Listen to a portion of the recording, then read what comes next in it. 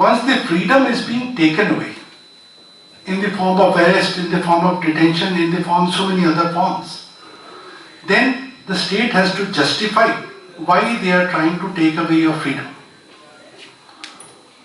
The power to arrest is specified under section 41. There is no absolute power of arrest. The power of arrest has to be justified. It has become, but it is not supposed to be in CRPC that as soon as an FIR is lodged, arrest is imminent. It has happened. We are at fault because of this. The arrest has to be justified based upon the conditions which are prescribed under section 41. The conditions for arrest basically correlate. You can correlate the conditions for bail and the condition for arrest. The state has to justify that the arrest is needed for A, B, C, D reasons.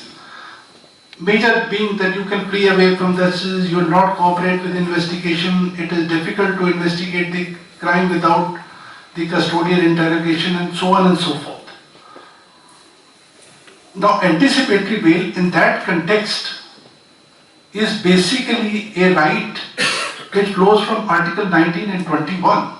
It just ensures that those rights cannot be taken, right to freedom is not taken away by the state unless the conditions so exist to do so. Now, the conditions being that you are likely to be arrested, there is an FIR against you. FIR can be of 100,000 reasons.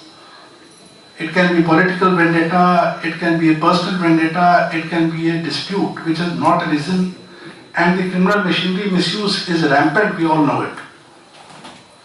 So we have to just show, or the state has to show, that without the arrest of this person, investigation or trial is not possible.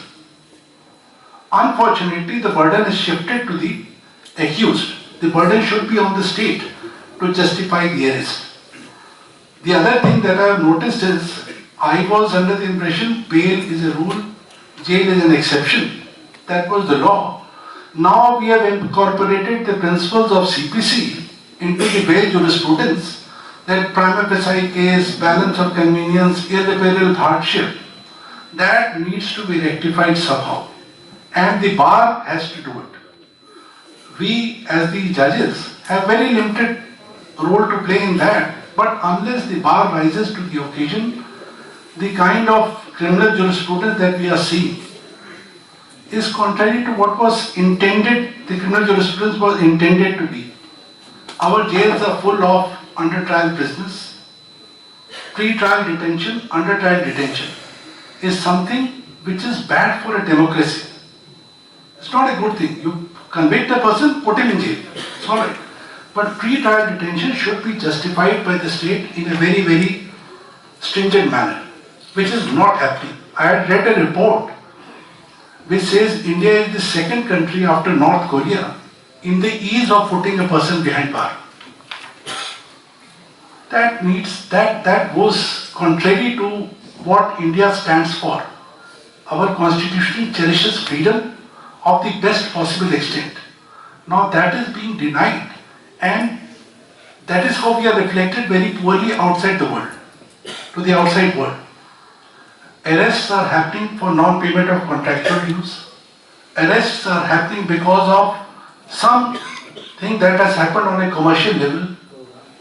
Arrests are happening for people not knowing the line which a particular dispensation may want you to. Now these things reflect very poorly.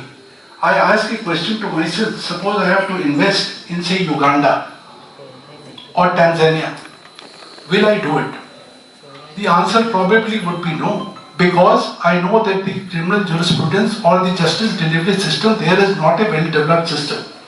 Now, do we want to communicate to the entire world that our criminal justice system or the judicial system is so faulty that nobody can be guaranteed of his freedom in India?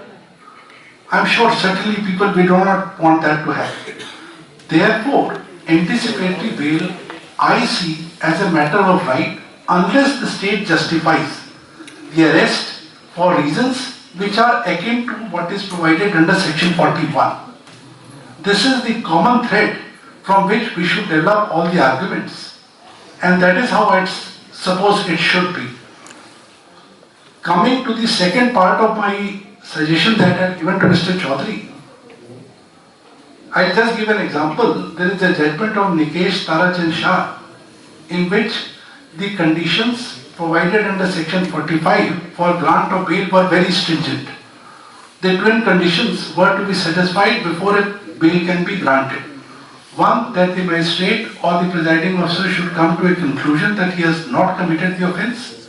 Second, he should form an opinion that if he is released on bail, he will not commit it again. Generally, we have found a way out that if there are no criminal antecedents, the second part can be met. But the intent of the statute is such that no magistrate, no judge in his normal head can ever predict that this man will not commit the same offence again. Therefore, the conditions are almost impossible to be performed if they are taken literally. Now, in that case, the judgment has been declared as ultra vires. Similar provisions exist in so many statutes. Unfortunately, we have not challenged them. They need to be challenged. Therefore, I just wanted a think tank of 20-25 lawyers.